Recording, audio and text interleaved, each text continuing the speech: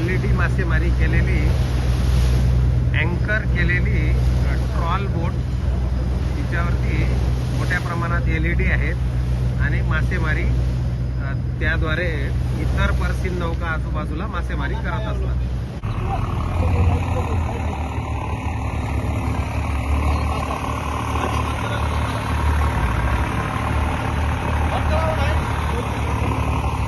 सागरी